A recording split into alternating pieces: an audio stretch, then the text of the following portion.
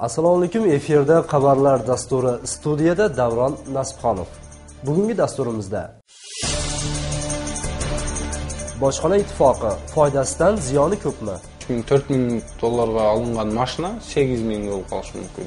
O'sh va Bishkek shaharlariga video nazorat qo'yish taklif qilindi. Video bayqov o'rnatmalarini o'rnatuv planlashtiriladi. O'sh shahrida yo'l halokatlari o'tgan yilga nisbatan 18% ga ko'paygan. 29-mayda Qozog'istonda o'tgan Oliy Yevroosiyo iqtisodiy kengashining navbatdagi yig'inida Qirg'iziston bojxona ittifoqiga kirishi bo'yicha yo'l kartasi qabul qilindi. Hukumat bojxonalar ittifoqiga qo'shilishda ayrim tarmoqlarda imtiyozlar bo'lishini, baholar esa o'z holicha saqlanishini aytayotgan bir paytda iqtisod mutaxassislari bunga kafolat yo'qligini aytib chiqishmoqda. Bojxona ittifoqining foydasidan zarari ko'pmi?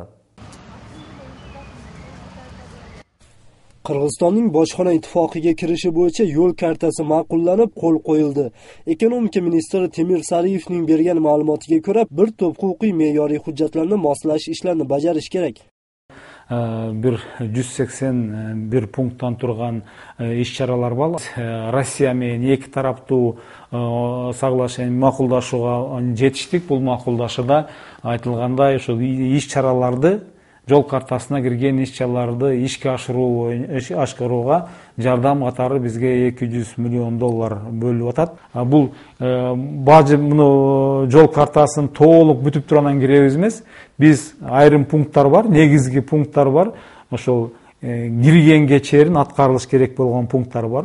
Ал пункттарды аткаргандан кийин кирүү боюнча чечим кабыл алынгандан кийин калгандары өзүнүн срогу менен аткарыла берет. Мүмкүн 2015-жылдын башынан киришибиз мүмкүн, же ага чейин тезирээк киришибиз мүмкүн. Bojxona ittifoqi talablariga javob beruvchi sharoitni tuzish uchun qo'shimcha moliya ehtiyoji tug'iladi. $1 milliard tam ошол шарттары бар. Жакында бунун уставтары эми иштелип чыгат. Жакын арада иштеп, уже задание кетти, бул иштелет. Анын $500 как уставной капитал, $500 баягы ошол фондко топтолушу мүмкүн да. Бул биз эми негизинен эле Россия тараптан үмүт кылып атабыз да. Россия тарап берет деп. Hozir hukumat tomonidan taraqqiyot jamg'armasi uyushtirilmoqda. Unda tadbirkorlar uchun imtiyozli nasiyalar beriladi. Bu uchun $1 milliard ajratilgan. Ошол кредиттерди кантип пайдаланабыз? Ошол кредиттер өз убагында келеби деген маселе. Мына жарым жыл өтүп кетти. Кыргызстан быйыл кол койсо эле бажет союзуна кире калбайт. Кыргызстан өтө көп даярдык көрүш керек. Азыр мурунку складта болгон товарларын азыр мүмкүнчүлүк болушунча сатып өткөрүп жок кылыш керек. Экинчisi башка маселе.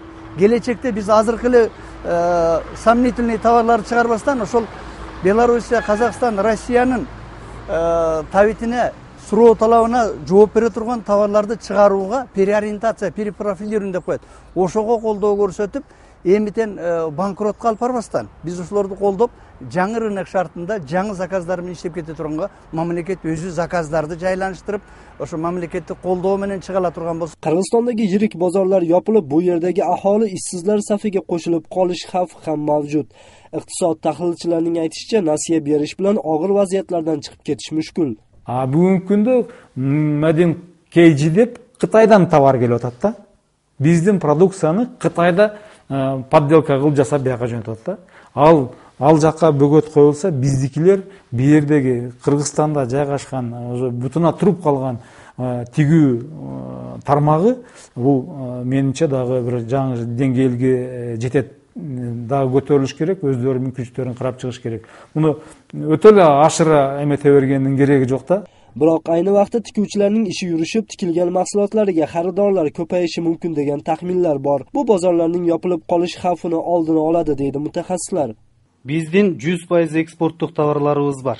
Мисалы Орусияга биз 65,6% тамекини, 65%га жакын пахтаны, 36% жер жемишти, 42% айнек, 28%дан ашык электротехникалык машиналарды, 26% лампочкаларды жана 25% радиаторларды жөнөтөбүз. Мына булардын баары тең утук.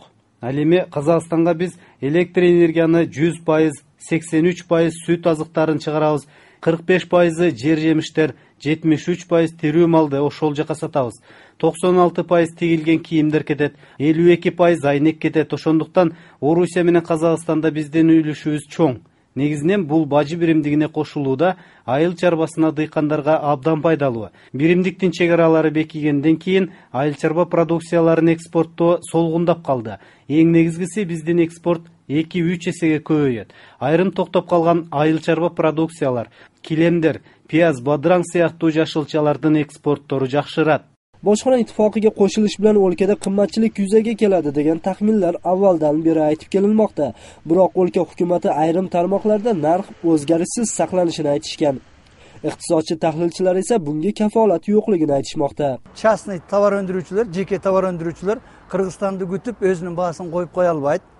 Бул болбогон сөз. Эгерде мамлекеттик деңгээлде бир келишимдер түзүлүп, ушул биздин Кыргызстанга колдоо иретинде мамлекет өзү жанагы товарларды бирөө арзан берет эмес, ошо товарды алып келип өндүрүп кайра иштеткен ишкана мекемелерге дотация берсе, мен туура түшүнөт элем да.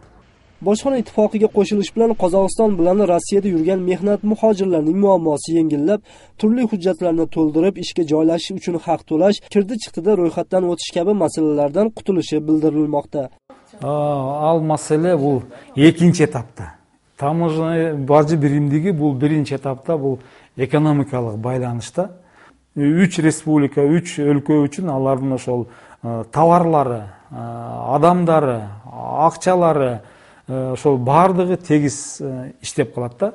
Бирок биз өзүбүз намерениябыз боюнча биз дагы айттык, биз да кошулабыз деп. Ал биз ошолго кошулгандан кийин кыргыз мигранттары ошол өлкөнүн эмедегиндей баягы свободное передвижение капитала, рабочей силы, товаров и так далее дегенге ошондо жетебиз. Ayni vaqtda bojxona ittifoqiga kirish bilan avtomobillar bahosi keskin ko'tarilishi ham taxmin qilinmoqda. Bu tarmoq bilan shug'ullanganlarning taxminicha narx o'rtacha 20% ga oshadi. 100% ga ko'tarilib ketishi dele mumkin. Например, азыр 3000-4000 долларга алынган машина 8000 болуп калышы мүмкүн. 6000-7000 болуп калышы мүмкүн. Ошондой баалар көтөрүлүүнү күтүүдөбүз да биз делечи. Казакстандагы ошол эле машина 1,5 долларга растаможка болсо бир машина. Эми Казакстан эли бизден көрө айлыктары бар, жумуштары бар. Бизден көрө жакшыраак жашайт деп.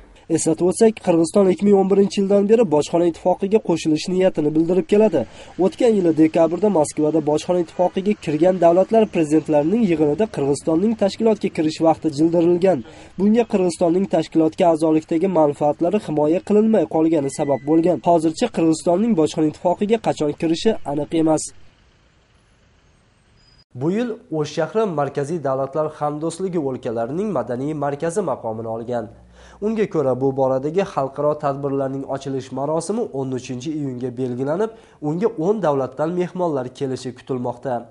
Tadbir davomida qadimgi va hozirgi O'sh surat ko'rgazmasi, san'at do'stlik uchun nomli Markaziy davlatlar hamdo'stligi o'lkalarining haykaltaroshlarining anjumani, O'sh hunarmandlar o'lkasi festivali, bolalar o'rtasida O'sh iste'dodlar makoni nomli surat musobaqasi va shu kabi ko'rgazmalar bo'lib o'tadi. Bundan tashqari Bilimlar akademiyasi, Ma'rif ministrligi, oliygohlar, maktab vakillari ishtirokida xalqaro ilmiy anjuman uyushtirilmoqchi. Tunda katta dasturdagi gala konsert uyushtirilib, unga turli o'lkalarning qo'shiqchilari kelishi kutilmoqda. Eslatib o'tsak, janubiy poytaxtga bunday maqomni berish Markaziy davlatlar hamdo'stligi o'lkalari hamkorligining madaniy markazlari davlatlararo qaror qabul qilgan. O'sh mazkur maqomni 1 yil davomida olib yuradi. Jo'g'ri kengashda O'sh va Bishkek shaharlariga video nazorat moslamalarini o'rnatish taklifi ko'tarilmoqda. Tashabbuschilardan biri Umurbek Tekabayevning aytishicha, qonun loyihasiga ko'ra har bir davlat idora ishxonalariga video nazorat moslamalarini o'rnatish vazifalari yuklatiladi. Bu bilan jinoyatchilikni 2 barobarga qisqartirish ko'zda tutilmoqda. Kuni kecha Joriy kengashning budjet va moliya bo'yicha komitetida Bishkek va O'sh shahar yashovchilarining xavfsizligini ta'minlashga mo'ljallangan tashqi video nazorat haqida va Qirg'iziston Respublikasi qonuniga to'liqlash kirgizish haqida qonunlarning loyihalari ko'rildi. Qonun loyihalarining tashabbuschilaridan biri Umirbek Tekabayev. Uning so'ziga ko'ra, shahar aholisining xavfsizligini ta'minlash maqsadida ko'chalarga video nazorat o'rnatish loyihasi 2005-yili Joriy kengash tomonidan qabul qilingan, lekin moliyaviy yetishmovchilik bahonasi bilan qo'l qo'yilmay qolgan. Видео байкоо жабдууларын орнотуу мамлекеттик мекемелер үчүн республикалык бюджеттен, ал эми муниципалдык мекемелер үчүн жергиликтүү бюджеттен каржыланат. Ал эми жеке менчик ишканалар өз каражаттарын эсебинен орнотот. Алдын ала эсептөөлөргө караганда Бишкек шаарында 19 миллион сом, Ош шаарына 8 миллион сом талап кылынат. Кылмыш иши болгон жерде видеого тартылып алынган тасмаларды укук коргоо органдарынын кызматкерлери сурап алууга акылуу. Бул чаралар ишке ашырылып калса, Бишкек менен Ошто кылмыш иштерин 2 эсеге чейин кыскаруусу күтүлөт.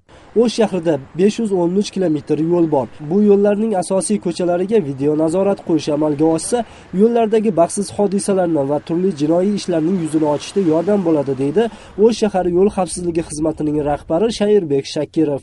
Shuningdek, u hozirda shahardagi ba'zi bir xususiy ishxonalarning imoratlaridagi video kameralarning yordamida mashinalarning to'qnashuvlarini yoki yo'l harakati qoidalarini suiiste'mol qilgan hodisalar aniqlanayotganini qo'shimchalab o'tdi. Жақында жол қырсығына материалдық ущерб келтіріп, қашып кеткен автобусына, жана ошондой эле адам денесине жаракат берип қашып кеткен автобусuna бүгүнкү күндө 2 күн изин жашырып жүрүп кармалды. Бул мына Южный тарапка качкан.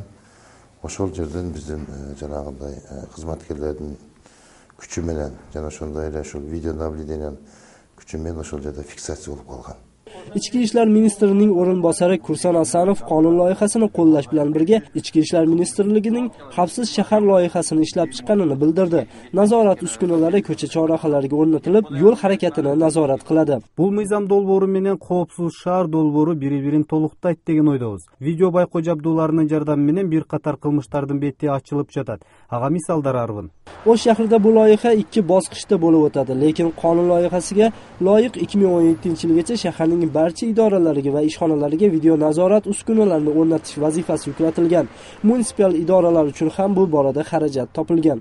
Ош шаарында эң негизги көчө болуп эсептелген Исхак Разаков атындагы проспектисинин 5 кесилишине видео байкоо орнотмолорун орнотуу пландаштырылат. Бул долбоор ушул жылы аткарылат. Долбоордун жалпы финансылоо көлөмү 16,7 миллион сомду түзөт дагы. Каржылоочу тарап болуп Япон өлкөсүнүн гранты эсептелет.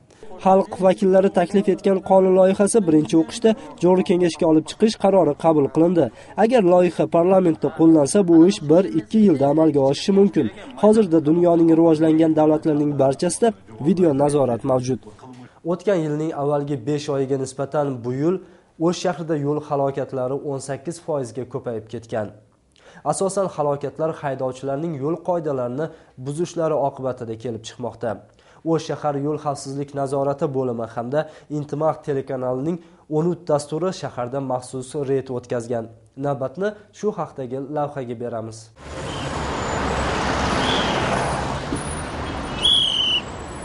Osh shahrining Masaliyev prospekti shaharning eng markaziy ko'chasi bo'lgani sabab bu yerda yo'l qoidalarini buzish hollari ko'p ro'yxatga olinadi.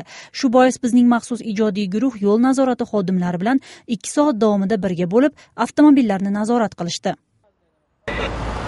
Endi hamda qovuslikni taqmaysiz. Yaxshi. Nega taqmaysiz? Qoida buzganlarning deyarli ko'pchilik qismi xavfsizlik kamarini taqmagan haydovchilar. Ularga yo'l nazorati xizmati xodimlari tomonidan protokol tuzilib, haydovchilik guvohnomasi olinadi. Tajribali haydovchilarning ta'kidlashicha, ko'p vaqtlarda yo'l qoidasini haydovchilik guvohnomasini o'qimay olgan avtomobil xo'jayinlari buzadi. Ishballarimiz buzaligida chashimiz elga chiqib qoldi, 60 ga chiqayin deb qoldim. Buning uchun o'tashunda bu yerda o'rtaga to'xtatib qo'yasiz, bu svetoforga girdik. Girgenden qayerga borasın? Hem yaş falan olsa ekan bir düşünmegide. Biz pravilani okup çok bütkenmiz biz. O sayız malda bizde 1 saat gelmeye kalsan sabahı okudan aydagan. Hazırkıda emas. Kalasan bar pravani okusan okusan satıp alır. Yo'l halokatlarining sonining o'sishiga asosiy sabablar bu hozirdagi transport yo'llaridagi kamchiliklardir. Shu bilan birga avtomobillarning soni kundan kunga o'sayotgani bo'lmoqda. Yo'l qoidasini buzgan bu haydovchi quyidagilarga to'xtaldi. Hozir aytdi, qizilga emendet peshxodni qo'yib bermay qoling dedi. Men aytdim, tiyaqdan churqab chiqib qoldi. Ayla yo'q. Tormoz hep emet almadım, men emetib ketish kerak, o'tib ketdim. Günömni mo'ynuma olib atam, men marga yo'q, men hech qanday.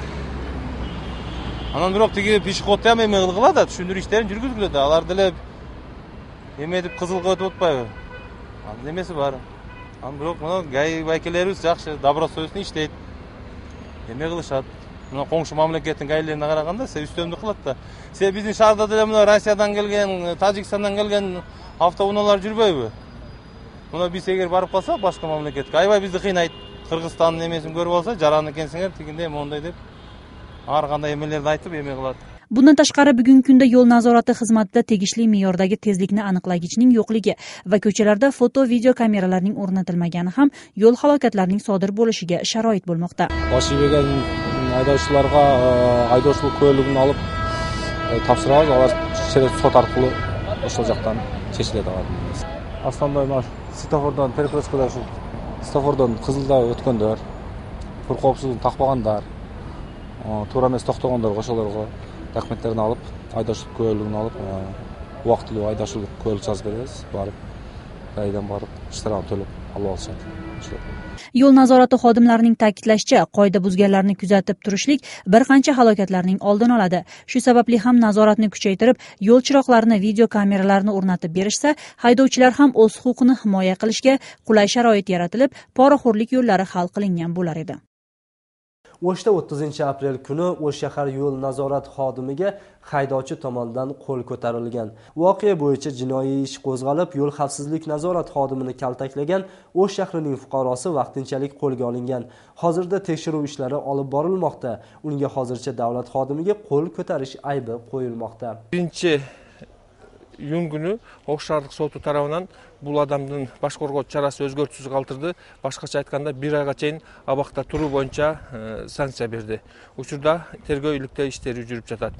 Çındığında şu akırkı mezgillerdeki aymağımızdaki, respublikamızdaki bolup жатқан sayısız özgörlülерден ulam şu hukuk korgоо organlarına anın içinden көбүнчө көчөдө кызмат өтүп жаткан жол кагуу кызматынын кызматкерлерине карата ушу кол салуу фактылары ушу көбөйүп бараткандыгы өкүндүрөт. Qadamjoy rayonining Aydarken shahrida yoshlar maktab reketchiligiga qarshi kurashish harakatini o'z qo'llariga olishgan. Ko'p millat vakillari yashagan mazkur shaharda yoshlar guruh-guruhlarga bo'linib mushtlashish holatlari ko'p sodir bo'lib turadi. O'quvchilar o'rtasidagi tartibsizliklar faktlari bilan mahalliy militsiya, yoshlar tashkiloti va oqsoqollar sudlariga bir necha bor murojaat qilingan. Batafsil navbatdagi lavhada ko'ra olasiz. O'quvchilar orasida vaziyat qiyinlashayotgan vaqtda yoshlar tashkiloti va oqsoqollar sudi tartibga chaqiruvchi tadbirlarni o'tkaza boshladi. Shahardagi yoshlar tashkilotining rahbari Ulan Gaparov yuqori sinf o'quvchilari bilan yakka tartibda ish olib borib, ularning ota-onalari bilan so'zlashuvlar yaxshi natija berdi deydi. Bugacha biz kichkina o'qib yurganmiz, reketchilik bo'ladi, teginday bunday deganlardan yaqindaylar uyushildi o'z yoshlar uyumi. Ana o'shaga bel bo'ylab qattiq kirishdik. Mekteplerge barıp düşündürүү işlerini жүргүздүk, mugallimler menен сүйлөшүлүp, ата-энелер менен сүйлөшүп атабыз. Балдардын өзүнү чогултуп, чогулуштарды өткөрүп атабыз. Ушинтип азыр жакшы. Аксакалдар сотуга түшүп турган. Бир экте материалды караганбыз.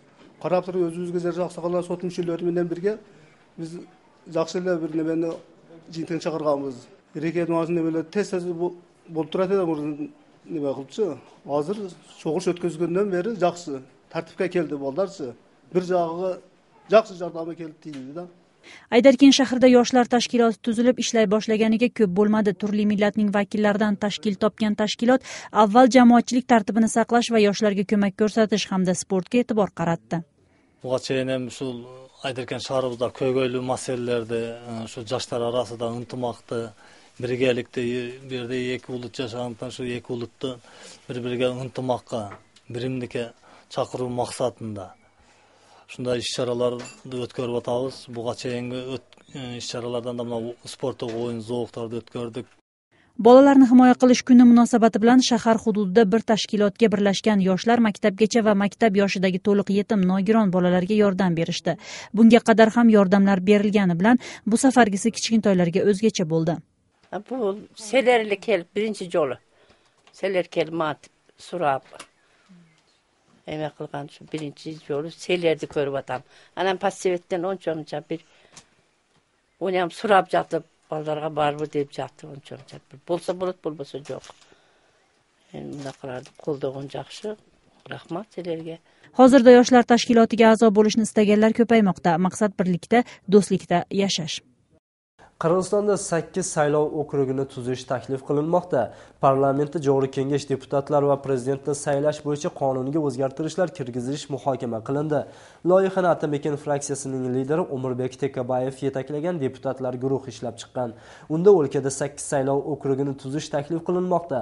Tashabbuschilarning aytishicha, bunday o'zgartirishlar parlamentda har bir hududning manfaatlarini himoya qilish imkoniyatini beradi. Bunga qadar parlament saylovi yagona partiya ro'yxati bilan o'tgan. Sizga yetkazmoqchi bo'lgan xabarlarimiz hozircha shulardan iborat edi. Oldida esa sizni ob-havo ma'lumot kutmoqda. Men siz bilan xayrlashaman, tuningiz sokin o'tsin.